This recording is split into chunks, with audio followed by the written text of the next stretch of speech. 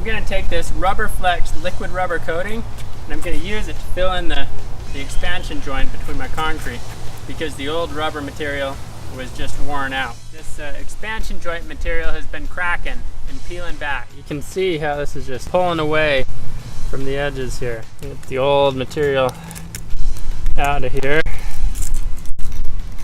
But I'm going to use this wide brush to just try and remove dust and debris so that my Flexx liquid coating is going to stick down well. So we're going to fill in with some sand, but this will just make sure your liquid rubber coating gets used just for what it needs to be used for and doesn't fill in any voids that have come in under your driveway. So we're going to go ahead and fill this in the length of the crack and then sweep off the top.